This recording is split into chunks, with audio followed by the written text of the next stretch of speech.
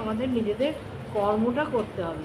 এবার গৃহাশ্রমে থেকেও কিন্তু নিজের কর্মটা করা। আপনার সংসারে রয়েছেন, হ্যাঁ, আপনার সংসারের মানুষগুলোকে যে আপনি সেবা করছেন তারাও তো ঈশ্বরেরই অংশ।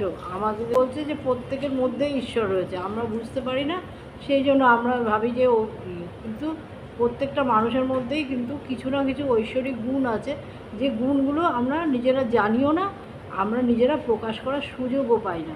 তাহলে আমার পরিবারটাকে, আমার সংসারটাকেই যদি আমি ঈশ্বরের সংসার মনে করে কাজ করি, তাহলে সেই কাজগুলোকে কখনোই পাপযুক্ত হয় না, এবং সেই কাজগুলো করে আপনি নিজের মনের শান্তিও পাবেন, আবার আপনার পরিবারের লোকগুলোকেও শান্তি দিতে পারবেন।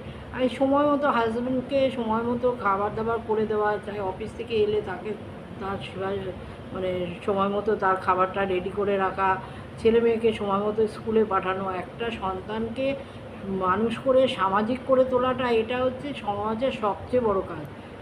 এটাও কিন্তু ভগবানের কাজের মধ্যেই পড়ে। দেখেন না, প্রত্যেকটা আশ্রমের সঙ্গে একটা করে বাচ্চাদের স্কুল, আশ্রম, স্কুল, কলেজ সমস্ত কিছু রয়েছে। কারণ যে সমাজের মানুষগুলোকে সুষ্ঠুভাবে শিক্ষিত করে তোলা, যাতে তারা এই সমাজটাকে আরও সুন্দরভাবে, আরও আমাদের সংস্কৃতিকে, আমাদের সমাজকে এগিয়ে নিয়ে যেতে পারে। তাহলে আমাদের গৃহাশ্রমে থেকেও কিন্তু আমরা ঈশ্বরের কাজই করছি, এই ভাবনা চিন্তা নিয়েই আমরা ঈশ্বরের কাজ করতে পারি।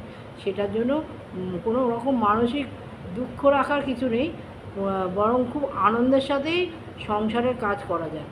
সেই জন্য আমার যে বন্ধুটি বা আমার যে প্রতিবেশী দুঃখ করছিল, তা সেই জন্যই আমি আপনাদের সাথে সেই কথাটাই শেয়ার করলাম, যে দুঃখ করার কিছু নেই, যে সংসারে কাজ করছি মানেই আমি আর ঈশ্বরের কোনো কাজ করছি না তা নয়, সংসারের কাজটাই ঈশ্বরের